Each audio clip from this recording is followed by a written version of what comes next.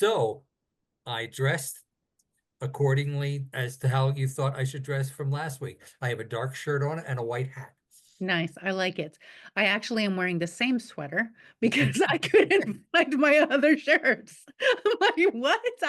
I went through all the different baskets, so here we are, wearing the same clothes, at least me. Yes. So, In fact, this might very well be the same shirt. It's that's because in a okay. week I've had laundry, so I Yeah. might be wearing the same shirt. Well, anyway, let me tell you something about what we're going to do. Um, Okay. we got a number of different ways. Five is what I put together of ways to introduce a character. Um, we want to talk about what we're really trying to do when we introduce a character. But before we do any of that, I want to do a shout out to a guy who has taught me about introducing characters, and Okay. that is from a great course I take, which I recommend. If you're watching this on YouTube or whatever else you're watching it on, uh, his name is Professor James Hines, and he's a writing professor at the Iowa. Well, I don't know if he still is, but he was at the time of the making of this stuff. Anyway, it's in the Great courses, okay, which you can look up. You can just type in great courses in your computer and it'll take you to all of them. Anyway, the bottom line is I've probably taken this course 7 or 8 times. Every once in a while, I just think it's something that's important to take. So I didn't entirely steal everything that he had to say, but I used a lot of it. My examples are my own, including in one place, I'm actually using an excerpt from The Witch of Agnesi, which is one of my own novels. Well, Anyway, let's do it. That's I exciting. know. Let's Okay, so go. all right. All right. So uh let's just take a look. And I'm hoping to leave it up there. So if somebody is actually watching this on some service, they'll have access to all of these notes, which I'm going to have. And so once again, to you out there, uh, just pause it and copy down whatever you need or take a screenshot or whatever. Okay, sharing is not quite on yet, so let's do that. All right, let's do that. Go for it. Okay, and here we are. Okay. Doom, doom, doom, doom, doom, doom, doom, doom, doom. All right. All right. So before we take any of that, and as you can see, there's a bit of notes and examples for each type of introduction. I want to talk about one thing that all of these have in common. And so let's go all the way to the top. And that's here. Before anything, no matter which method you use, remember this: all characters, whether you expect you're using them as an everyman or you've got this overarching super theme, all characters are to be made up of specific central evocative details. Okay, the same way that you remember characters in your life, real life characters, a spouse or an enemy. Okay, these are important, but they're super important in an introduction. Okay. Now, I have over time, not in novels, but in short stories and different things, used every single one of these.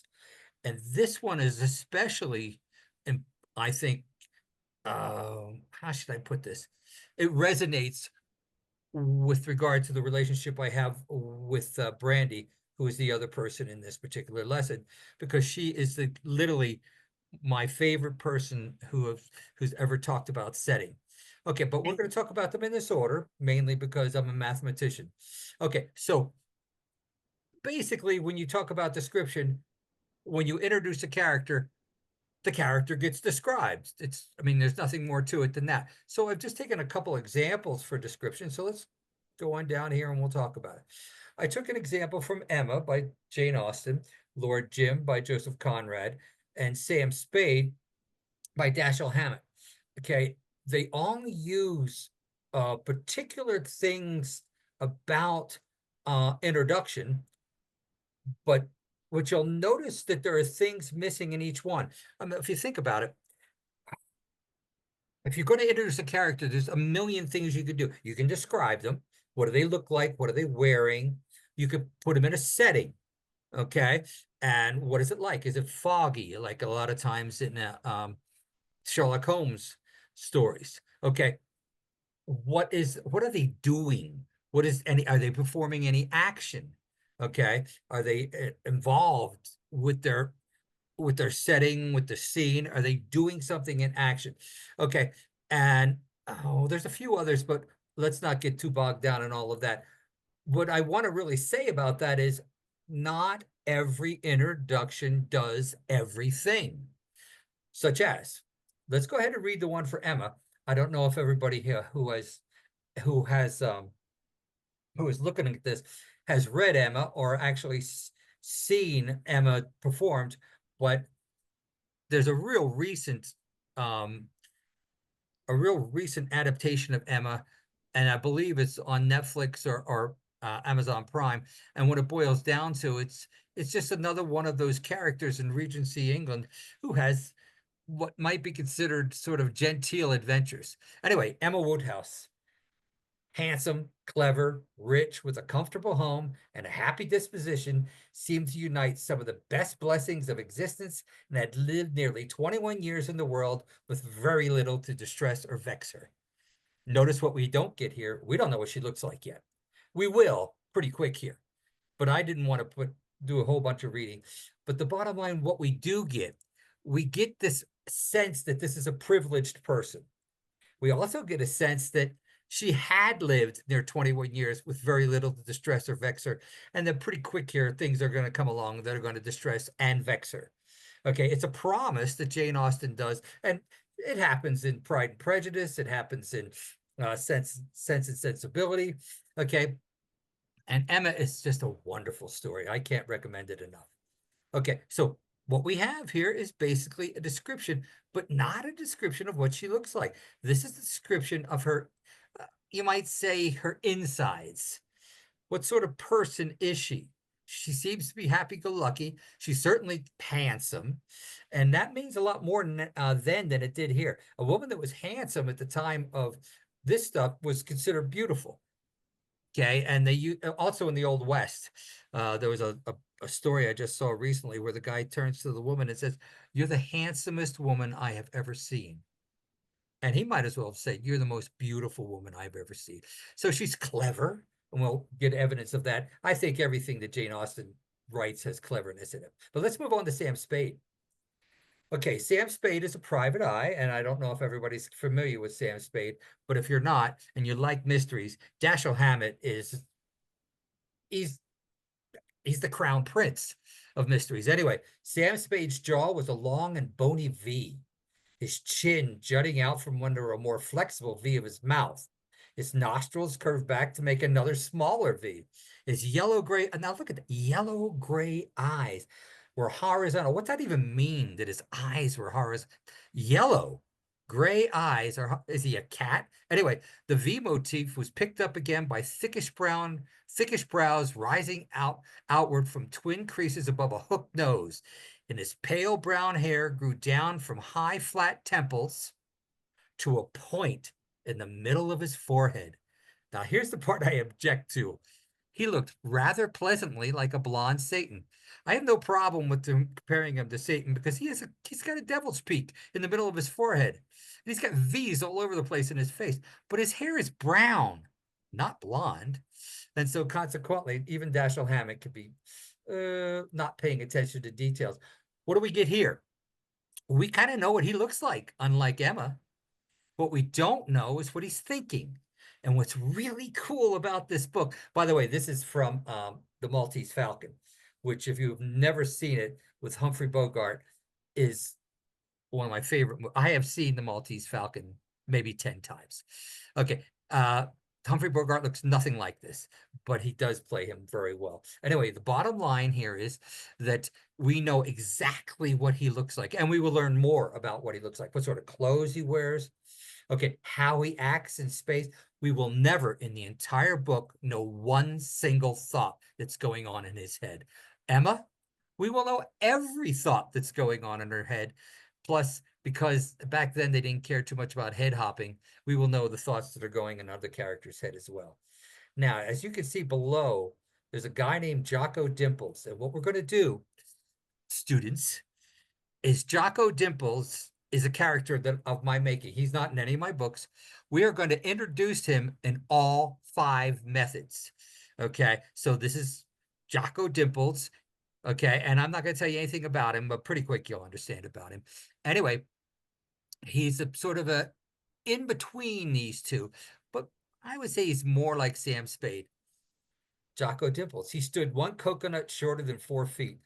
His clown persona wore a rainbow wig topped by a derby the size of a teacup, giant floppy shoes, baggy vermilion pants, a daisy in his lapel the size of a dinner plate, squirting variety, of course. That is your description, introduction to, and I'm pretty proud of it, actually. I can't like, okay. In fact, what's not there in this particular description, if I hadn't told you, you would not know his name. It is not there. Emma, okay, and Sam Spade, Emma Woodhouse, Sam Spade. There is nothing here. Now, in my mind, I wrote a couple pages of this, and in the very next paragraph, I would have mentioned that his name is Jocko Dimples. In other introductions, his name will come up. But I really like Jocko Dimples. He would have gone through many permutations. Early this morning, he was Jocko Super Duper. Okay, and I just could not live with Jocko Super Duper. Okay, so so right now, basically he is Jocko Dimples, and as you can see, he's a short clown. Okay, he wears a rainbow wig. He has a tiny little derby somehow perched on top of that giant wig. Okay, I don't know if it's giant, but I picture it as giant. He has clown shoes, giant floppy shoes, baggy vermilion pants, and one of those daisies in his lapel that squirts water. This is Jocko, and we're going to become acquainted with Jocko. Okay, so one of the things we're going to do in this course here is every time we go through a particular type of introduction, I'm going to turn it back over, and Brandy and I are going to have a bit of discussion. Some discussions will be long, some discussions will be short. I expect some of the ones later on will be more of interest to her because she uses a lot of setting and to great advantage. But, and I wish I had a bunch of people out there who could ask me questions. But do you, Brandy, have any questions before I make this thing go away? I do not at the Okay, moment. then let's go back out and we'll talk about this just a little bit. Some of the pros and cons of just a description. Well, what'll happen is from now on, in all 3 of these stories, we will get a sense of who this character is by how the author has decided to describe it. Now, one thing that happens in Jane Austen books, and it happens in Pride and Prejudice. I don't know. I can't remember if it happens in Sense and Sensibility. I'll have to read it again. You never learn who that Bennett girl looks. You never know what she looks like, and it's never important. What's important is that she's clever, sharp-witted, and she fiercely loyal to her family. Okay, so the descriptions that she uses have to do with the inner person. That was important to Jane Austen. The descriptions that Dashiell Hammett wanted you to know is how this guy, looking like he does, like a blonde Satan, moves through his dangerous world, and how he's kind of a prince in that world. Okay, and here I am talking, and I meant it to open it up for you to talk. Okay, so what do you think of opening with a description? I like that. I like these different characters that you've chosen, so I'm excited to see what you do with all this. Yeah, I really like Jocko. Okay, and it's going to seem as we go along that Jocko is not the same guy in all one, but he is the same guy. It's just is not everybody likes everybody. And so consequently, not everybody likes Jocko. I happen to not like him completely, but I like him enough. Okay, so we're going to move on now to the second one, which is, I believe, looking at a character in action. Okay.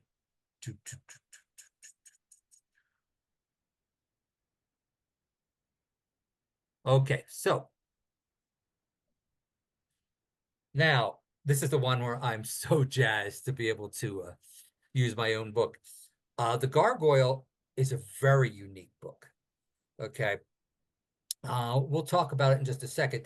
I read it while in the hospital. Okay. So well, first of all, read the introduction so you get an idea, and then I'll give you an idea of where it goes from there. But I want to want to talk about something that I did so as not to bore my reader.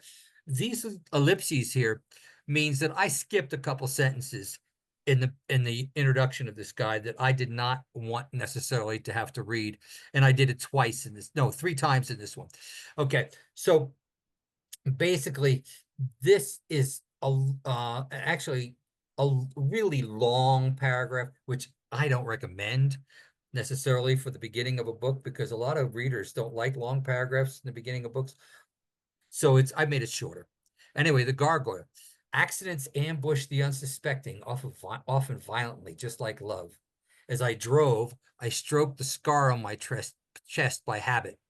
My eyes were heavy and my vision unfocused. Not surprisingly, given that I'd spent the night hunched over a mirror, snorting away the bars of white powder that kept my face trapped in the glass.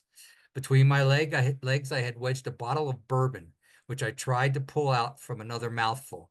For another mouthful, I lost my grip. Okay, what happens is he reaches for the bottle and ends up going over a cliff. Literally, this is the scarredest person. He has 3rd-degree burns over 100% of his body.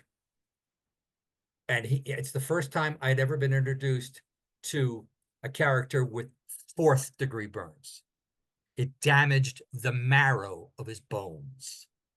He was on fire that intensely. Anyway, this guy is not a good guy, but he becomes a good guy during the course of it. His scarring actually saves his life. The life he was leading he was rich. He had a horrible job, and I won't even go into it because there might be people watching this that are young people. Anyway, but he does go into the hospital, and then almost supernaturally, he gets a visitor. Okay, this visitor is not an angel or anything like that or a demon. This visitor is a regular person who, the first time she sees him, she walks up to him and says, "So you managed to burn yourself again." Like she's known him forever, and he's never met her before in his life. Anyway, and I won't tell you any more in case you want to read the gargoyle. But what you'll notice here that's different from the ones in the description, we're in a scene. Things are happening. He's driving a car. He's stroking a scar on his chest. He's telling you about his evening. He's telling you about something he intends to do and take another drink of bourbon, which is just a mistake to start off with. And then he loses his grip. The bourbon spills all over his legs, which, by the way, is an accelerant so that when the car catches on fire, he's already covered with alcohol, which helps him burn up. Anyway, this is stuff happening to our guy. And we can decide what we feel about this guy, whether or not we care for some of the things he's doing. I personally don't like him, but I also want to read more about him. And I certainly, after the second paragraph, want to see what happens after he gets in such a horrible accident. Okay, now, coolness above coolness. This is mine. This is The Witch of Agnesi. This is the first book in the Bonnie Pinkwater tetralogy. Okay, there are 5 of them. Okay, this is where everybody in the whole world meets Bonnie Pinkwater for the first time.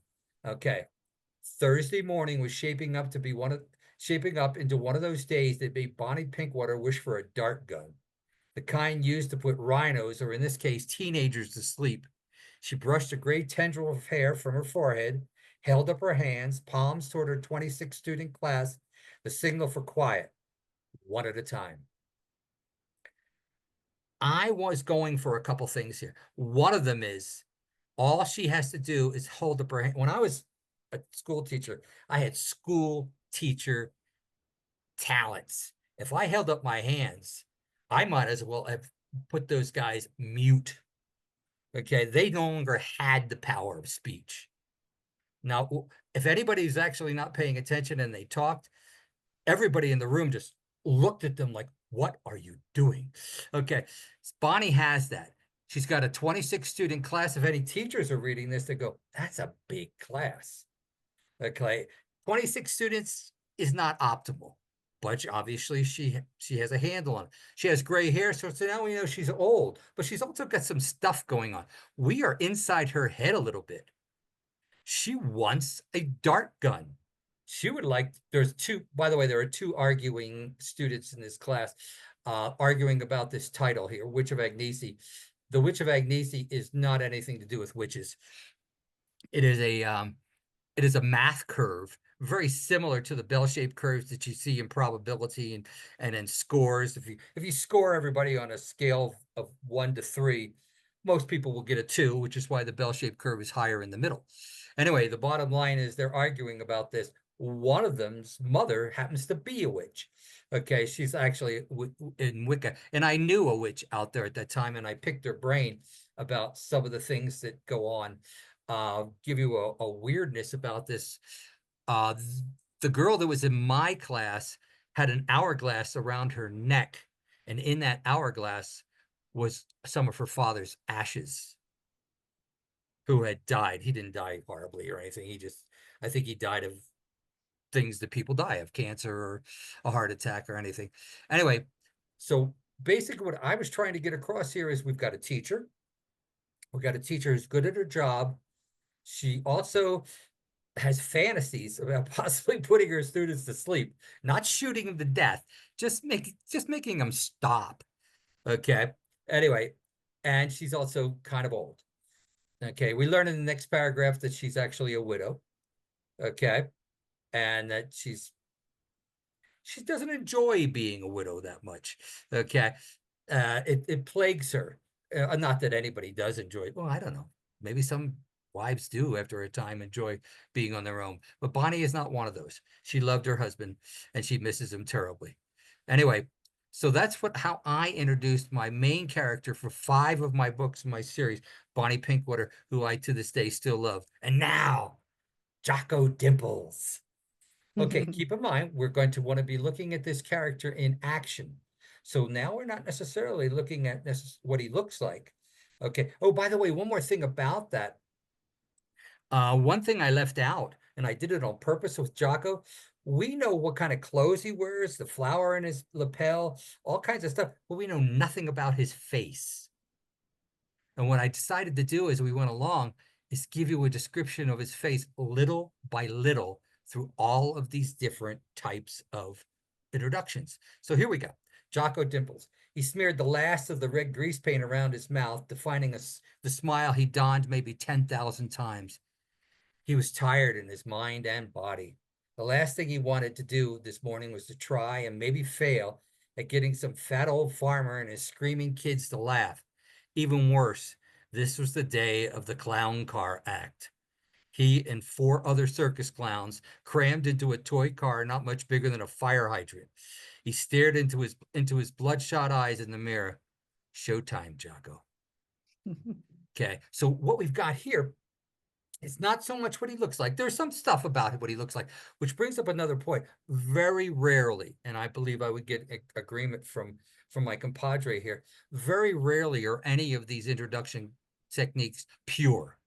It's the only one you're using. Okay. Most people use a combination of these, and I'm, by the way, I'm also not saying this is an exhaustive list. Okay. I bet you some of you who are out there think, I know ones that don't use any of these, but I think it's a good list. Anyway, so we do learn something about his face here, that he's one of those guys with a red smile painted on his face, but nothing more. But now we get inside his mind. He did not want to go out there this morning. Okay, in my mind, he's actually has a hangover. He's he's jaded. I mean, he has done this 10,000 times, and I believe that might be conservative. Imagine, if you would, you put on 5 shows a week for 40 years. I think it comes more to 20,000. Anyway, the bottom line, 10,000 seemed big enough to me. Anyway, so what we're doing here, and these as well, is we're basically saying this is what this guy's like, okay, in motion. He's moving through his world. We don't see much of his world. He's just in his dressing room, which, by the way, for clowns, I picture is a train car on the because in those days, by the way, this is a clown from the early days of clowns because um he is not a Ringling Brothers clown. There was a time when there were 20, 25 circuses that would travel around the country. He's in one of those. He's one of the more successful ones. And I believe the one I picked did exist, but it's not the Ringling Brothers. Anyway, the bottom line is he's at the moment I'm enamored with him. Okay, the idea of this little guy and he's just tired, but he's going to go out there and then he looks in the mirror and says, and I stole this. I don't know if all of you have seen the show about the dance instructor who looks in the mirror and he's also soul just jaded. He's just done it too much, except he's done it as a dancer. And it's Roy Scheider from Jaws, and he looks into the mirror and says, "Showtime." Same thing. I just stole it for Jocko. Anyway, I'm gonna go back again. Boom, and there's my friend. Okay. Anyway, I've used this one. I think probably you have too, Brandy, haven't you? Where you put the person in action when you're introducing them. It's probably one of the more used ones because you can get away with a little bit of description at the same time showing the world that they live in. And for me, I've written 2 science fiction horror shows and I've written 5 mysteries. I need to show what's called the ordinary world, the world that's about to change because of some big event. Well, this is Jocko's ordinary world. It's the circus. Okay. And he's doing the best he can, but he's been doing it a long time. And probably there are days when he feels good about it. This is not one of them. But he'll go out there and he'll do what he has to do because he's a professional. Okay. Anyway, any comments or anything you want? I love this so much because I'm sitting here thinking, do I really stop and think, how am I going to introduce my character? I don't know if I've ever done that. So this is wonderful the way that you're breaking it down. I think that what I typically do is try to envision the ordinary world like you're talking about. And then I look at what's around them in their space, and then I start to pick up details here and there that tell me about their personality. Certainly on the first couple of drafts, I'm learning as I'm going. Today I was working on a scene and a woman was wearing a sari. The sari had a certain kind of pattern on it that led me to other things. And it's just like a series of rabbit trails, you know? I think that happens a lot. If I had to guess, I would say sometimes you write a bit from the seat of your pants. Okay. Mhm. But you're that talented that you can get away with it. I have another friend who does the same thing and she gets away with it too. She writes wonderful books. Um, I have tried writing by the seat of my pants lately, and I wrote an entire short story that way. And I got to the end and went, "Well, that's unexpected. I didn't mean to write a story about an elevator, which was alive." Did Okay, but you I like did. it? Did you like Yes, the experience? yeah, I did. I liked Uh, it quite a bit. So actually, when I first started out writing, that's all I did. I was a total pantser. And then when I got to a certain project, I figured out 150 of my pages, they don't work, and I need to delete them all.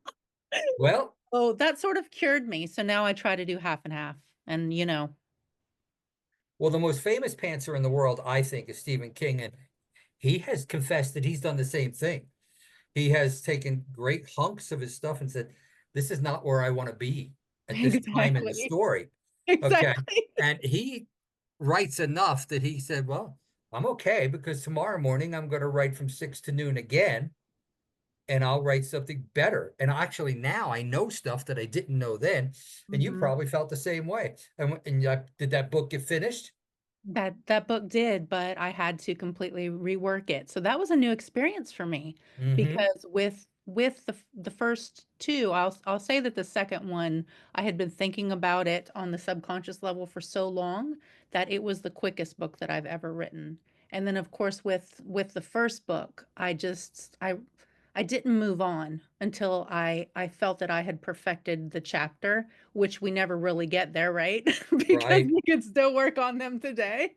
So then that third book, I figured, okay, I've got this figured out. I know what I'm doing. I'm a professional. And then I end up just, dancing in the weeds here and there. And Uh-huh. yeah, I was Oh, like, I know about that. 150 of these pages need to go. What I find even more painful, we talked about critique groups last time, uh, is when you get another guy who does which, or lady or guy, who wants to keep perfecting a chapter, and eventually you have to tell them, I have now read that chapter, and you've repeatedly sent it to me. I have read that chapter 7 times. I Yeah. literally will refuse. You must write new stuff, or Yeah. I'm going to jump across the table and I'm going to beat you. Okay, so There is that. There is that. I've run into that too. And then it's like that, then that perfectionism demon, gets like sure. latched onto us and we're like so self-critical that it's like, oh, you get to this place where you're trying to think about all the craft things that you should be doing, that it then kind of suppresses your art a little bit. So Yeah, I yeah. agree with you. And I Yeah. think there are so many books. In fact, one of the things which I hope we can do one of these lessons is you bring and I'll bring all of the good writing books and we'll present them to people uh on one of these classes, Yeah, that would all be the great. ones that have affected my life and Yes. and helped me become a better writer. One of which, of course, is Stephen King's On Writing, Love that uh, one. which not everybody agrees Stephen King is such an incredibly good writer. I think he is. Okay. But then again, I didn't like Hey Jude. So go figure. And I love the Beatles. So anyway, time to take a look at the next one. The next one is where the character who will be your main character, actually, no. Well, two of them that will be the main character speaks directly to the reader. Okay.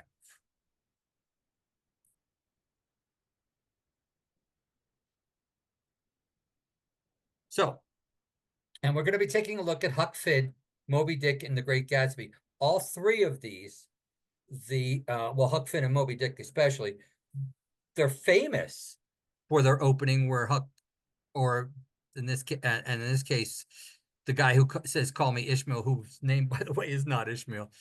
Great Gatsby is told by a guy named Nick Carraway, and so we actually have Nick Carraway talking to the reader because he talks to the reader pretty much about 92% of the time in the entire book. Gatsby actually never talks to the reader during the course of it. He is talked about. Okay, he's a figure of great interest. Anyway, Huck Finn, which I think is one of the great books, American books of all time. In fact, these two are considered the two great American books. Huck, you don't know about me without you have read a book by the name of The Adventures of Tom Sawyer, but that ain't no matter. My God, that's good. That is what he's saying here is the adventures of Tom Sawyer happened. I was in it. And in fact, in the very next sentence, he says, a man by the name of Mark Twain told the story, and he ain't much of a liar. So, so these three characters existed. Mark Twain lives in the same world as Tom Sawyer, which lives in the same world as Huck. And Huck can talk to us because Huck is a real person. Okay, and he is. He's a really real person. Oh, by the way, while I got everybody here, next class will also be on characters, and we're going to be discussing round versus flat characters and minor versus major characters. I think it's kind of important that we don't discount characters just because they're not major characters and they're not round. And we'll talk about that next time. But here's the most famous opening line probably in an American novel. Call me Ishmael. He wanted to, I think Melville, I'm not, he's gone and I can't ask him. He wanted to establish that this is a guy that is like Ishmael from the, well, actually, Ishmael is not, yeah, he's kind of in the Bible. He's a baby. But if you know anything about the history of the Middle East, Ishmael is theoretically like Abraham, in that Abraham was the father of all the Hebrews. Ishmael will be the father, or at least the progenitor, of all of the people who are in the Middle East that aren't Hebrews, all the Arabians, the Syrians and all that. And so consequently, this guy is trying to tell, and he was ousted from the household of Abraham. Anyway, that's not, I'm going to stop this pretty quick here, but let me just divert just a little bit more, and ended up living apart. And that made all the difference in who he became. Well, this guy is like that. His name is actually not Ishmael, but that's not important.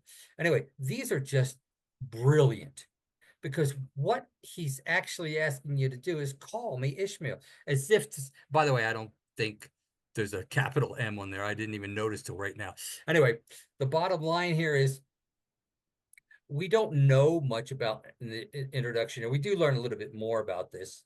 And if you know the story of Moby Dick, it's a story about hunting a great white whale, but it's about so much more. And it really is, it's not an easy read, I think. I don't think it's all that easy to read, because it jumps all over the place, and it uses a lot of techniques which are not modern readers are not used to, and I'm a modern reader. Whereas the other hand, The Adventures of Huck Finn is still a good read to this day. And it was very, very controversial in its time. And so it was important that we hook on to being on Huck's side right off the bat. So he started talking to us. Okay, so now here's The Great Gatsby. And so once again, this is not Gatsby himself. In my younger and more vulnerable years, my father gave me some advice that I've been turning over in my mind ever since.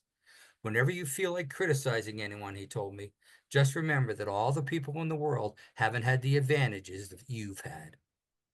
That is brilliant, mainly because we know so much about this Nick Carraway guy. He's obviously come from some sort of upper class. Okay, he's got a father that is maybe a little standoffish, but he still seems to love him. Okay, he doesn't consider himself young anymore, but as it turns out, he's not all that old either. Okay.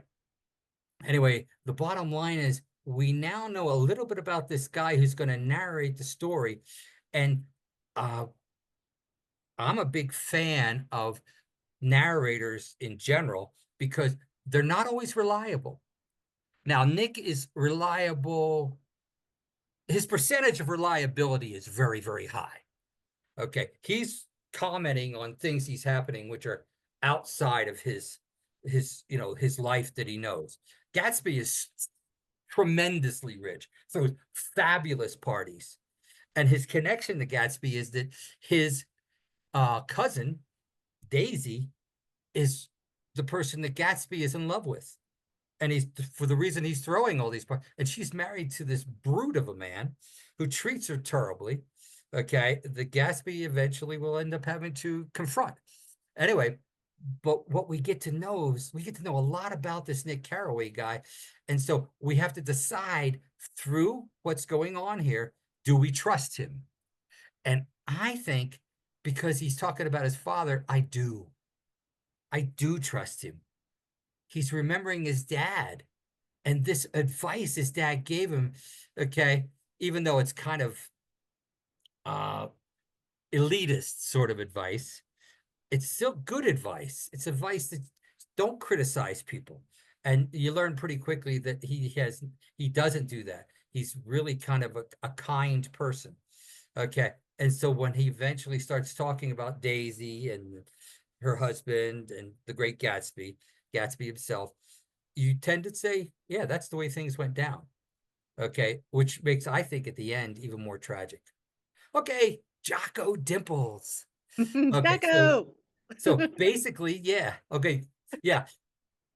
So here's Jocko talking straight to us. My God-given name is Winston Allen Dupre. I know, you've never heard of me. That's cause for the past 40 years, since Mr. Spencer of Spencer's Spectacular Circus has hired me, I've gone by the moniker Jocko. I bet you heard of me now. So Oh, I love it. yes. Okay. Oh, He's talking right to me. Saying, yeah. yeah, you know all about me. I'm famous. Okay. And in my mind, he might be one of the most famous midget uh, clowns in the world. Anyway, the bottom line is I have used this.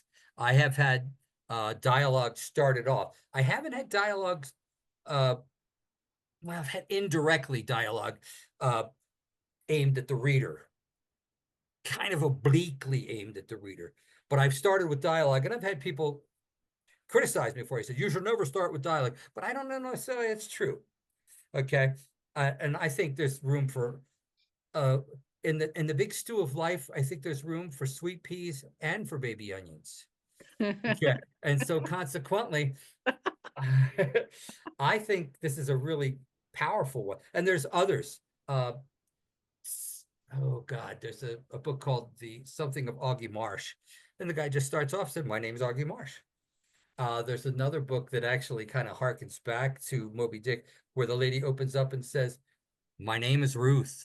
And then she goes on to talk about how she is with her mother, who just picks up and moves around the country on and on and on. Okay. And they never get to settle down. And anyway, the bottom line is, so there's a lot of that in American literature. But like the guy who I just mentioned in the beginning, who taught some of this to me, there probably is some in European and in Chinese and Japanese literature as well, but I don't read a lot of that. And I do read a lot of American literature, which, by the way, I want to show you a book that I use, and I recommend this. What's really cool, I got this book for free.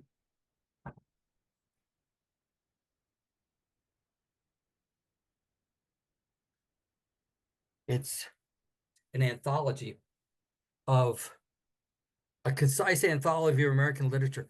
Oh, And that's great. there are excerpts from novels in it, but there's an awful lot of short stories.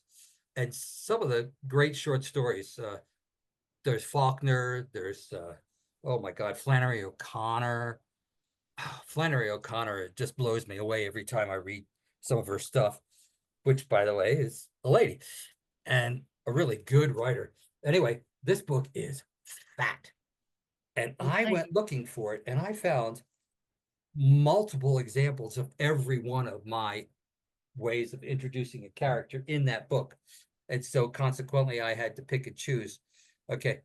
Anyway, so the long and short of it is I recommend that highly. I've seen it. I already owned it because my daughter moved to the Netherlands and she had to get rid of a lot of her books, and she got rid of that, and I took it. And I'm so glad because I've read so many good short stories in there. Anyway, the bottom line is that's basically where the main character, or at least the narrator, talks to you. Okay. Now, while I've got, well, you're kind of a captive audience if you're watching this on YouTube. Uh, one of the things I like, and I can't even think of a story at this moment that's like that because I didn't necessarily know I was going to be talking about it, is an unreliable Hmm. narrator Hmm. telling a story. Oh, Why I Live at the PO is a story, and it's in that book. It's in that book I just put on the floor. And it's a lady who is obviously bitter about her life as it is because she lives above the post office in this small town and does not like the fact that she has to. Anyway, the whole story revolves around her lying about just about everything, but in such a way that you can figure out what the truth is by the way she tells her lie, because she's not very convincing. Anyway, so if you want to have, and she, by the way, she does talk to the reader right off the bat, but once again, it's not necessarily the main character in it is her, are the characters in her family, but she's telling the story. And so obviously it's also about her. Anyway, so there we have the character directly address the reader. How do you feel about that, Brandy? I just love all of these examples because they're so great and they tell us so much more, which is the point anyway of really good writing. It just by one or two lines, Jocko saying, I bet you heard of me now. I mean, that tells me so much about his personality. I know. I love Yeah, him. I know. Okay, moving on. All right. Okay. The next is introduction by outside report. Now, it sounds like a lot of these are like that already. Somebody's telling you about this person, but this is a little different. By an outside report, we have somebody who's telling us about our main character, okay?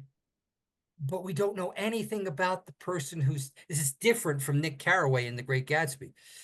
So what we have is Rose for Emily by William Faulkner. And it was in that book, by the way, but I had read it. I've read it a number of times. It is literally one of the creepiest short stories that Faulkner has ever written, and it is amazing. So I just want to point out a couple things before we read it. Once again, there are 3 dots down here. So this is actually 2 pieces of an introduction. And in this particular case, the second part of this, because of the fact that we're at a funeral, and we'll read that in just a second, we have to have the entire rest of the story in a bit of a flashback. So that's what Faulkner does. And he does it masterfully. And I'm not a big fan of everything that Faulkner wrote, although lately I'm finding that everything I read of his I like. And that's probably because he's so good. Anyway, which is a shame because when he was still young, Hollywood lured him away from his writing desk and paid him millions of dollars. And for the rest of his life, he never wrote another word. He just turned other people's stuff into screenplays. And you could see that in some things that you'll look at the credits and all of a sudden say screenplay by William Faulkner, and you go, oh, that's a shame. Okay, anyway, Rose for Emily. When Emily Grierson died, our whole town went to her funeral. The men through a sort of respectful affection for a fallen monument. The women mostly out of curiosity to see the inside of her house, which no one, save an old manservant, a combined gardener and cook, had seen in at least 10 years. So this is talking about the town, actually, and how all of them felt pretty much the same way. They're all so curious about this lady who seems to have pulled herself out of society, okay, because no one's been inside her house in a decade. It's hard to say. Anyway, now, this is where we go back in time. Okay, so the mayor and the town alderman realized that Emily hasn't paid taxes on her property ever. And they come to try to get her to do so. And of course, she is not going to have anything to, she won't listen to them. They rose when she entered, a small, fat woman in black with a thin gold chain descending to her waist and disappearing into her belt, leaning on an ebony cane with a tarnished gold head. Her skeleton was small and spare. Perhaps that was why what would have been merely plumpness in another was obesity in her. She looked bloated, like a body long submerged in motionless water, and of that pallid hue. Her eyes, lost in the fatty ridges of her face, looked like 2 small pieces of coal pressed into a lump of dough. This is a bad looking person. Anyway, this is, I think, an amazing description. She's not just a body submerged in water, she's submerged in motionless water. And this is a bit of like evocation, which was the first class. We've all seen motionless water, and not one of us went to dip a cup into it and drink from it. Okay, this is bad water. And sometimes there are bad things. I've come across places where there's a dead skunk sitting in motionless water. Okay. And so she's got that pallid hue. Okay. And then her face is like a lump of dough. Okay. But she's also imperious. Okay. She's withdrawn from the world. And if you haven't read this, it is at the end of this book, it just turns everything on its head and you go, whoa. Anyway, so basically, this is an outside person talking who, by the way, the entire rest of the story is, you don't get a sense of who in this town is telling the story. So you get the sense that it's everybody boiled down into one person telling this story. You don't even know if it's a man or a woman. It's just somebody from this community. And you do also get the impression it might not be that big a town.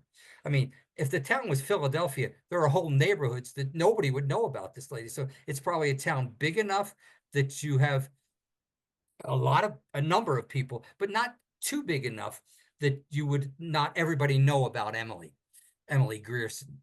Okay, now Jocko. None of us like the son of a bitch. Not the roustabouts, not the concession stiffs, not the big top talent, not even the other clowns. For such a short man, Jocko carried one huge chip on his stoop, rounded shoulder. He'd been known to make trick pony girls cry just for pure meanness. He's sour through and through, the main Cadoti was heard to say on more than one occasion, although not within earshot of Jocko. Small man, big ass temper. Okay, now what I hope to get across here is, and this is the only one I used. You would not know this. This is maybe not a reliable narrator. But when again, I don't know which group this person's in. Is he a roustabout? Is he concession stiff? Is he a big top talent? By that I mean the lion tamers, the high wire walkers, the trapeze people, the people who ride motorcycles around in giant, steel balls.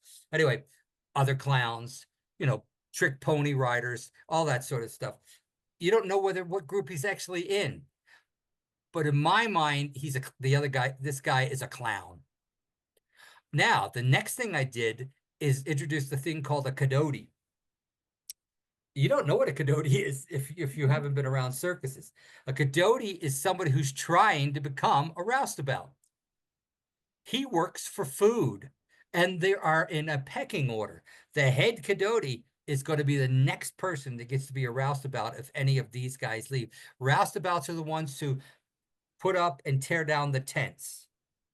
Okay, and make sure and put up the stands inside the tents and all kinds of stuff like that. I had a friend who called himself a Cadoti. He was a musician, and him and his friend, and they weren't even related, called themselves the Cadoti brothers, and they were bluegrass players. Anyway, what you do get a sense about this, though, is you know that Jocko's a clown, because not even the other clowns. He's a short man. He appears to this guy at least to have a bit of a chip on his shoulder, and he's been known to make trick pony girls cry just for pure meanness. I question that, even though I wrote it. Okay, he's sour through and through, the main Cadoti. So this is basically he's using a quote, but there might be other people who say good things about it. But the bottom line is this is not a favorable description of Jocko. So if I was going to use this one, I would have to, if I was going to have Jocko be redeemed, I'd have to take a long time to bring him back from such a description. Okay. The other ones, I think he kind of comes across kind of nice, but not this one. Okay. Anyway, and that's basically having someone, and there are a lot of these. This is not as popular now as it is because we like to be in a POV, which is really down inside the person. And this person is way on the outside of Jocko. He's looking at him. And if this guy is allowed to tell the entire story, we may never get inside Jocko's head. Okay. But then again, I don't think you ever get inside the Great Gatsby's head, and that's a pretty darn good book. Anyway, the bottom line, I guess I like about this thing is here, you have someone talking about the character, so you get to see what people think about this character rather than what they think about themselves. Okay, I don't know about everybody else, but I tend to think of myself kind of nice. I know people that are down on themselves all the time. I am not one of those people. I do not spend any time putting myself down. Okay, there's enough people in the world that go, Tyler, you're kind of a butt. Okay, that I don't need to be one of them. Okay, so if you did this one, you've got a guy, a town, somebody in this town that did not exactly like her. Okay, but by the way, was fascinated by her. And when the end comes, it's just has the rug pulled out from under him and go, holy crap. And you could feel the collective holy crap of an entire community. They go, well, that was unexpected. Anyway, same thing here. You never, in my mind, you will never know which of these people is talking about Jocko. But I don't tend to trust them. I don't know how you feel, but the problem right now, if you're watching this class, is you've seen 3 other introductions. And so consequently, you kind of feel maybe leastwise sympathetic toward Jocko. And this one's not. Okay, imagine this is the only one you read, though. Okay, then you'd have probably a different opinion. You'd start off feeling not so nice about Jocko. But that doesn't mean you couldn't actually, it doesn't mean that the story wouldn't have what's called profluence, which, by the way, is something we're going to talk about in a later class. Profluence is where you're trying to get your reader to turn one more page. There's always one more page. I want to know what happens on the next page and on the next page. Okay, does this do that? In my mind, it does it well enough. Do I think some of the other ones do it better? Yeah, I do. But it doesn't mean that this doesn't have its value. Okay, coming back out of here now for now. Hello again. Hello. I really Okay, love that. I was just thinking about what a great writing exercise it would be for everyone to just on purpose do an outside narrator or an unreliable narrator and see what that brought up, within their setting and their world. Because now that I've heard that, I can just imagine all the things that are going to go down in Jocko's world with yeah, these, all the conflict that's going to yeah, happen. yeah. Because Yeah. you don't necessarily know about conflict from when he, especially when he directly talks to the reader. Okay, you know that he is he's basically, he thinks a lot of himself, obviously from several of these. And you're going to get that same thing when he's in his finally one where I use setting as a character to define who he is, which you would of course do masterfully, I'm sure. Anyway, uh yeah, I thought this is what made it important for me. I thought it was a writing exercise that I could use. Take a Hmm. single character and introduce him 5 different ways. I love it. I Yeah, really I think do. so That's too. And great. if so, Yeah. once again, if you're looking at this right now, consider that. Consider it. I'm not telling you how to write your book. I'm not telling you what one you're going to end up with, but consider all of that and then you could probably do it within a couple hours. And then you'd have 5 different examples of how to introduce a character. And you may find yourself changing your mind. Right. You may say, Mhm. you know what? I like this one better than what I had in mind because there's a lot of vanilla introductions of characters. Okay, you start off and you have them in action. You give a bit of description, but you don't want to give too much. You give a taste of backstory, but you don't want to give too much because there's a million books out there that say don't spend a lot of time in the beginning of the book on backstory. That's something from the previous century where people would do that. Anyway, and so we don't anymore. Okay, especially in young adult books. We simply don't, which by the way, we're gonna have a class on young adult dialogue. Uh, come as long as Brandy lets me do these, I'm writing down bunches of classes that I want to teach. Anyway, Yay. the long and short of it is, okay, that's 4 so far, and we're going to talk about this last one. And this last one is putting someone in a circumstance. It may not necessarily be a gloomy setting. It might be you put him in 12th century Constantinople, okay, just before it's sacked by the Ottoman Empire. Or you might put them in or Rome when it was sacked by the Visigoths. Okay, or you're in poor Carthage when the Romans sacked them. Okay, and all that different stuff. And what setting is nice, I mean, or time and setting is if you do your job right, the setting will evoke certain feelings and certain memories in you. Okay, and so consequently, I'm a big fan of evocation. Okay, all right, so here we go.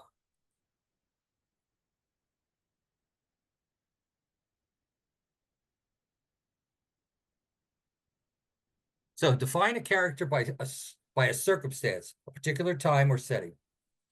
Okay, so I've only got one of these here. I do have a Jocko one, of course. And this is I went out and bought a boy's book of adventure stories. And this is The Master Magician. Okay. And those guys are shameless in how they use fog and it was a dark and stormy night and all this sort of stuff. Okay. And this is so melodramatic that I couldn't resist it. Okay, I just want to bring a couple things to your attention. Um, Once again, there are a couple places where we're going to jump. What we're looking at here is the entire first page and a half. Okay. And so consequently, notice there's one here as well. So, but in this first paragraph, we don't even get his name. So so this is the master magician. And if, yeah, I think after I'm done, I'll tell you the name of the author. Icehouse Lane has always been a dark, dangerous little thoroughfare. The scene of quiet knifings innumerable. The nearest street lamp is way up the hill. Dingy houses and frowsy establishments. Here are obscure merchants and traders who deal in third-rate opium and camphor and ginger. Peter Moore had selected Ice House Inn as a temporary abode while his enemies in northern China forgot his existence. He did not relish the darkness and furtive air of Ice House Inn, but the dankness and furtiveness are preferable to 6 inches of steel in the back. Okay, so I think this is a good one. You almost could see fog on this place. By the way, where this is in a seedy neighborhood in Hong Kong. Okay, this guy is on the run from the Chinese, let's just call them the mafia. And he has done something really stupid, and they're on his trail. And if they catch him, they're going to kill him. That's just the way it is. Okay, and he's actually, if he did get killed, he wouldn't necessarily be missed because he's not the nicest person. I did not place Ice House Inn on Ice House Lane. There's a little sentence in between that does do that, but I assumed that Ice House Inn is on Ice House Lane. Anyway, I like this for a couple reasons. One is I do like how dark and dangerous this little thoroughfare is. I would not like to be walking on this. I think people would kill you for your shoes on this thoroughfare. And he has chosen to live there, which means he probably can't live anywhere else. Okay. And it does give the impression that there's a good chance he still might get caught. Because if you're of this ilk, these enemies from northern China, you might have a finger in the pie of this bad neighborhood, especially since it sells third-rate opium. Keep in mind, opium in Hong Kong and in China is not illegal. So there's actually houses where you go in and you smoke it, and people do that all the time and ruin their lives. Anyway, I like the dankness and the furtiveness of it. What it doesn't do is something that Brandy has mentioned before. Rather than saying that the sun is shining, it's not showing light glinting on broken glass as much as I would like. But I did like it for what it does do. Dingy houses and frowsy. Frowsy, what a good word. I was going to say Frowsy. the same thing. I love frowsy. I know. Yeah. And knifings innumerable. But you can't even number them. Okay, anyway, the bottom line is this is how this story opens. And it's only a 6-page story. Okay, and I think I will go ahead and in case anybody wants to know. I think I put it back. Here it is. Oh, I think you need to see well, maybe I won't show you the cover. Oh, darn. I broke a pot. It doesn't mean as much to me as it sounds. I'm now just worried about the fact that I'm in my socks. No, I cannot show you the cover of this. Here's the cover, but it is the big book of adventure stories, the most daring, dangerous, and death-defying collection of adventure tales ever captioned in one mammoth volume. It is a big mammoth volume. I'm not going to show you the front. I'll show you the back. Including stories by Jack London, O. Henry, Rudyard Kipling, H.G. Wells, Edgar Rice Burroughs, Alistair MacLean, Louis L'Amour, and many more. This is not one of those. So I'm going to tell you who this is by. This is the magician. Okay. Boom, boom, boom, boom, boom, boom, boom, boom, boom. Loring Brent. And I really don't know. Is Loring a man's name or a female's name? I assume it's a man because it's a man's story. And it looks to me like it's probably written maybe in the late 1800s or at the beginning of the 1900s. This is at a time when there was a lot of goings on between China and Hong Kong. Anyway, give you a bit of just a taste about this. The very next story is The Most Dangerous Game, and I don't by Richard Connell, and I don't know if you're familiar with that, but it's the one where this guy lures people to his island, and he hunts them, and then he gets a curse, a comeuppance from because he lures the wrong person to his island, who is actually pretty adept at taking care of himself. Anyway, so there's the master magician, and what it is it's almost like this setting becomes part of Peter Moore. This is part of who he is. I can't help feel like he's painted by it. And so consequently, it gives me a sense of who he is, even though he may be somebody who is not like that. He'll always be like that from this introduction. So that's something to be careful of. That's not what you mean. Make sure you do what you mean. And now here's Jocko Dimples. I decided I had one example of this where it was so gloomy and such. Okay, this one's different. When Jocko made an entrance, whether it was with the elephant and pony parade or climbing out of a clown car, the joint went bananas. He always took a moment to scan the big top and wave to the crowd. This was his world. He belonged there. A world of sawdust and megaphones. A world of peanuts, popcorn, and lemonade. Calliope music blaring through the tent. Children calling out his name. That's right, people, he whispered. I'm the Prince of Fools. Don't you forget it. I like him so much. Anyway, Is so this something you're working on? Is this going to become something? I don't know. I think I could write. I think I could write about Jocko now. He's I mean, growing on you, I can I tell. know. He's just. He could have an. I think he'd be a short story rather than a whole novel. I don't want to spend 350 pages with him, but I think I could write a story about him.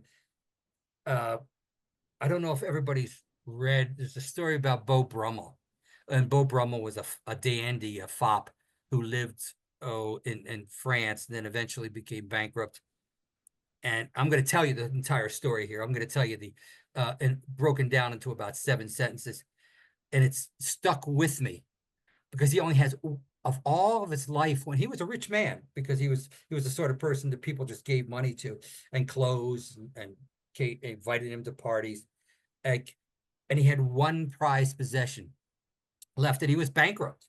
He was starving. And at the very end, this guy who's been trying to maneuver him into selling this possession to him comes into his house to offer him a pittance for this thing and to show the class that Beau Brummel said, I didn't know you fancied this. Oh, feel free to take it. And he gives the thing to the guy. And I thought, that's the sort of thing I would have Jocko Dimples do. He would become noble. Because I think he's at the end of his career, too. And what could he do? I picture him perhaps taking a young clown under his wing. Okay, maybe a young, also dwarf clown. Maybe, we'll see. Anyway, the bottom line is, yeah, by the way, he has an example that from real life. At one time, there were two famous dwarf clowns, and they were bitter enemies. Okay, and their rivalry went on their entire lives. And I picture Jocko Dimples being one of those two. Okay, if he's not the smallest person, he's the second smallest. Anyway, the bottom line is this guy here, obviously, you get not just him in action, although we don't really see him in action per se, except when he's waving to the crowd. What we see is him in moving through his world in a way that he's part of it. And so what we do get a picture in this case is his world. Okay, we know he's a clown still. He's out of a clown car. He's the Prince of Fools. Okay, he thinks highly of himself. We get a sense about what it's like inside the big tent, the calliope music blaring through the tent. Not as much of a description. What I would do if I was reading this is I would read the next paragraph to get more of a description of him. Okay, maybe see him moving and talking to different people, maybe going through his act. Okay, but what it would do for me, and I hope it would do for everybody, is it would make me want to go and read that next paragraph. So hopefully that would happen. Okay. Anyway, that is, well, actually, I want to take you back up to the top. One more thing before we call it macaroni, because I want to iterate one thing. Even though we don't always show everything in the introduction, all the things we could show, what we do show has to be specific. It has to be evocative details. Even characters that are meant to be everybody. Like, there are books that were written in the Middle Ages that were made up. They're basically, this character represents all the people walking through the world. Okay. But still, that character is made up of details.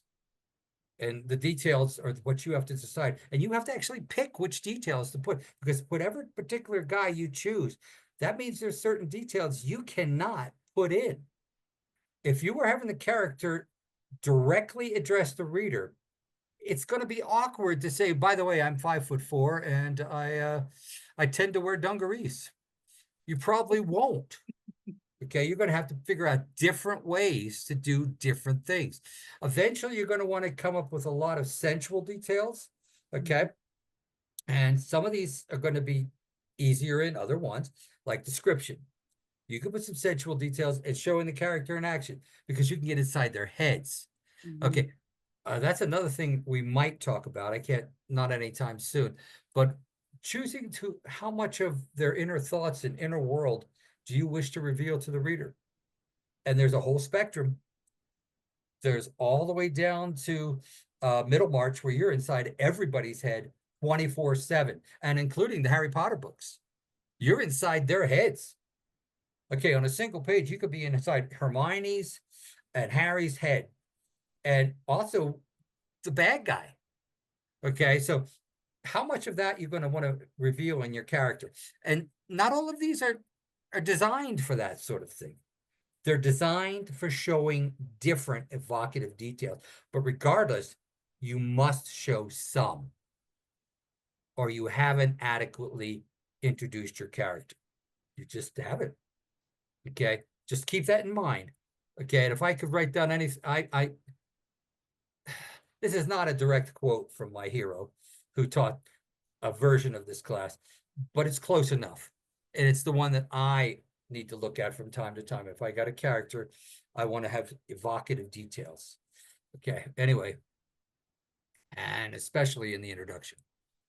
And that is all I have for you.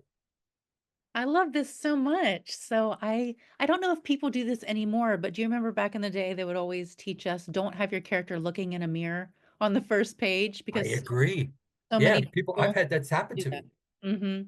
Yeah, where it's like that's always, especially I think in romance, that was really heavy, where their heroine would be looking in a mirror, always in chapter 1, and they would talk about, her eyes, her hair, all this kind of things, and she would describe herself. So I think that is maybe fallen out of fashion. Um, Yeah, I think you can get away from doing that in romance more than just about any other kind because of the special of that bouncing back and forth mhm. between point of view of the girl, if it is a girl boy, point of view of the girl versus point of view of the boy. And the boy then will talk about how lovely her slate gray eyes are, and It's how always sometimes there's violet or gray, with so flecks of gold in them. yes. Yes, yes, yes. Yes. Anyway, So I so love this and I haven't really analyzed my process, but as I've been listening to you, what I do is the first thing I guess as I'm creating chapter 1 and thinking about the character is where are they at? What are they doing? And the cover deep, Bianca was sitting at her desk and she was writing and the pen exploded. And that's all I knew. In Within the Veil, Thea was sitting next to a fire. And then as I look at the fire more things, come about. I saw the ripped wallpaper. I saw, different shadows. And then I heard as I like lean into the senses. So I guess that's how I create is I first establish where they are in place and time, and then I lean into the senses and try to pick out, details about what's going on. And then in the third book that I've written, um, Gemma was standing at a bookshop counter. My fourth book, my heroine is standing in a tea field. So, and then that's my process. So, what's your process? Well, lately I've tried to do something different. I have a time travel thing, and it's yet to see the light of day. It's about a guy that is been given a gift, and it's called a horseshoe. I mean, not a horseshoe, a shoehorn. And you can shoehorn yourself into any of your previous selves and change history for that self at that time. Maybe you later on you come up with something, some clever thing you could say that you didn't think of at the time, except it goes horribly bad. Uh, there are a As hundred it of these. should, as it should. Yeah, this guy sees uh, a synagogue that has been bombed, and he realizes his two grandchildren are in there, and he takes this device to hunt down the Mm-hmm. guy, and then he sees him Mm-hmm. on the news being led away by the FBI, and so what I do is I did for that one, I went, where do I want to start? And there were two places. One is I could start uh in front, I could start with the guy giving him the device. It's an old hippie with long gray hair and a cowboy hat and bowed legs and this and that, who comes out of nowhere and says, I'll bet you could think of something better to say to that lady who just humiliated you. So, well, yeah, I kind of could, but she's gone now. And I said, really? And he hits the device, and they're back in that same thing. And goes, now's your chance. And he does say that. And he said, what the heck just happened? I could start there. But then I thought it would be better if I started by him confronting the guy that blew up the synagogue before he ever blew it up. So, And did you think, I'm gonna tell you the end of it right now. hey, say it, say it. Okay, so what he does is he goes through this whole thing and tells him the story, and the guy is just incredulous, and he says, I had the opportunity to come to your house long before this. This is not the first time I'm here. I said, I moved all the explosives into your basement. I think we have about 60 seconds. What should we talk Good about? luck. So it sounds to me like you start with action, with putting I your did. character in action. So is that generally your process with the other books that you've written? I have started with directly talking to the reader. Okay. Uh, One of the things I like about old-timey books is, I don't know if you ever watched Bridgerton, but in Bridgerton, it's a character named Lady Whistledown. And Lady Whistledown writes a scandal sheet. And every time she writes it, she starts off, Dear Reader. And so consequently, I'd love to start a book off with Dear Reader. That's always fun. Like it's always fun doing that. Yeah, so I would bring them close to me because Right. I'm the author, and so yeah, come listen to me. But then I would be necessarily, Lady Whistledown is a character in the thing, although she's not ever mentioned. None of the scandals which are in her scandal sheet ever are her scandals. Some of them are the Queen of England's scandals. Okay, this is the time of George the Third. I don't know if you know much. George the Third is the um, king at the time of the American Revolution, and he was crazy. Hmm. He was kind of a tragic figure because he was actually, before he was crazy, and after he stopped being crazy, he was a nice guy, and his wife loved him very much, and she stuck by him through all his craziness. But when he was crazy, he was really crazy. Hmm. Anyway, and so Lady Whistledown is not someone who won't pick on the higher ups. Anyway, I would like that. Okay, I have done a lot of what you said.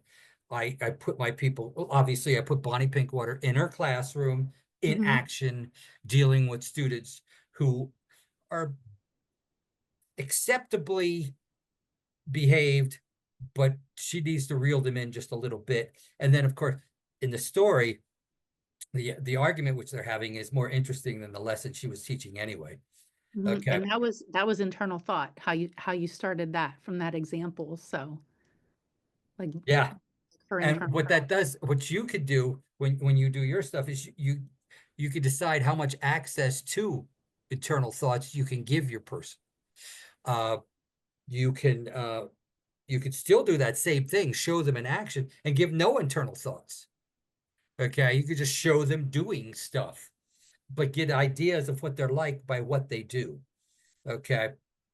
There's a really bad Spider-Man movie, Spider-Man 3, where he wears a black uniform and he's just Tobey Maguire, who's I believe a wonderful actor, has been given some really bad lines to say. And at one point in time, uh, a, a guy asked for forgiveness and he refuses to do so because he's been corrupted by this black uniform, which is kind of alive. Anyway, and he tells him, if you want forgiveness, ask God. And it tells you right off the bat, you don't know what's going on inside his head, which you don't really always in movies anyway, but you know what he's like. Mhm. Okay. So with Sam Spade, you get the sense that he's capable of violence, Mhm. even though we're not inside his head. He's capable of moving through his own violent world and pretty effectively. Okay. And yet there are other people that are not. Like Jack Reacher. I don't know. Are you familiar with Jack Reacher? Mhm. Yep. He's capable of taking of in his own world. In fact, he had once said in one of his books, "I have yet to. I sooner or later I'm going to meet someone who I won't be able to take out, but it hasn't happened yet, and this guy in front of me isn't going to." And he Mhm. proceeds to take the guy out Mhm. by dirty fighting. Actually, he said, "I'm going to count to three," and then counts one, two, and then he hits him on two. Yeah. Anyway, so uh, the bottom line, I guess, is that's a choice you make right there in the beginning. How much, okay, and you've talked about, I watched a couple of your videos, and you talked about deep POV. Mhm. And you can, of course, if you're in first person, which I hope to talk about one of these first, second, and I do believe that third person has multiple levels that you could write it at. If you're in first person, you do have a bit of a deep POV. But if you're in third person, a lot of times you try to get as close to first person as you can by going way deep. And you've Mhm. done it in some of your books. I try to do it with Bonnie Pinkwater. I do it with uh Tucker Gamble and because you're inside him because he's a troubled young man. Okay, he was abused as a child. Anyway, I think that sort of POV uh thing you can those choices you make on POV, you're making them right off the bat. Right, you are. And something else that we should talk about that's so important is arrive late and leave early in your scene, like always. That's so cool. I haven't Yeah. heard that in years. Yes. So arrive late in the action and then leave early to make your reader want to just go to the next scene. So that's Well, something that that's I try to very do. good. And I always try to advise clients to do that as well. So because otherwise we're just kind of ambling around trying to figure it out, trying to figure it out. So you're really good about that though, because you will always arrive late in your scenes and we're bam right there. Yeah, I think I did that in Witch of Agnesi. The argument is already going on, and she's Hmm. already a little tired of it. She wants to put these two students to sleep. In fact, Right. later on actually on the very next page, she pulls out her imaginary gun and puts them both to sleep, and they slump across the desk. Yeah. Their So unlined pages, their unlined faces just serene with their with their sleep, and they're at peace. yeah. So skip the boring Unfortunately, they're not stuff. really asleep. Yeah, yeah, just we didn't need to see her getting ready for her day or walking into the school or setting up the classroom. It's just right there. So that's I what, agree. yeah, and I I think do. that's a really good piece of advice. It is, yeah. I Arrive read. late and leave early. Arrive late and leave early in every single scene. You know what? They do that on TV a lot. Mhm. They use this device, which I guess my wife is probably feels I'm a little pedantic. I said, "Do you see what they just did?" I said, "That was brilliant." Because the guy will turn to his friend and go, "I have a plan." And then it fades. You don't know the plan, Yeah, but now you have to know the plan. yeah. So It's you have to watch a little bit more so you can find out what the heck is the plan. yeah, Okay. it's sort of like the old cliffhanger models, you know? It's basically the same thing. But if you think about leaving early, it's maybe a little more helpful because you don't even need a big cliffhanger. You just need to leave early, so we're wanting more. And Yeah. I've seen you do that before as you've been critiquing different works. Authors will often have two or three more paragraphs and you'll say, no, end it here, end it up here. And Yeah. that's leaving early. So yeah. Yeah. That's it Mhm. is kind of important because it's kind of like because I used to do stand up. You tell a joke and the joke is over. Do not give me another sentence halfway explaining why the joke should be funny. Okay, it either Exactly. is or it isn't. Okay. Exactly. Yeah. And I had that happen this summer where a person let me know on no uncertain terms, that's not funny, Bob. And I went, okay. Is that how you're going to end this class? No, it's not.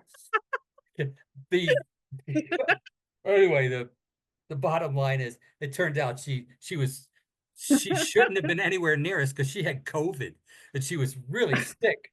Luckily, It was, none of us got it. Okay. Although all of us had to use up, one of those test kits to make yeah, sure that we didn't have it once we found out that she had it. She went back to Maine and then was in bed for 2 weeks. But she it was was, sick. She was sick here. But I was so jazzed somebody would come all the way from Maine to hang out with us here in Colorado of the people that we sometimes see on vacation that I thought, I'll put up with her not liking my joke. yeah. Okay, and truth be told, that particular joke only hits about 60% anyway, so that's Well, okay.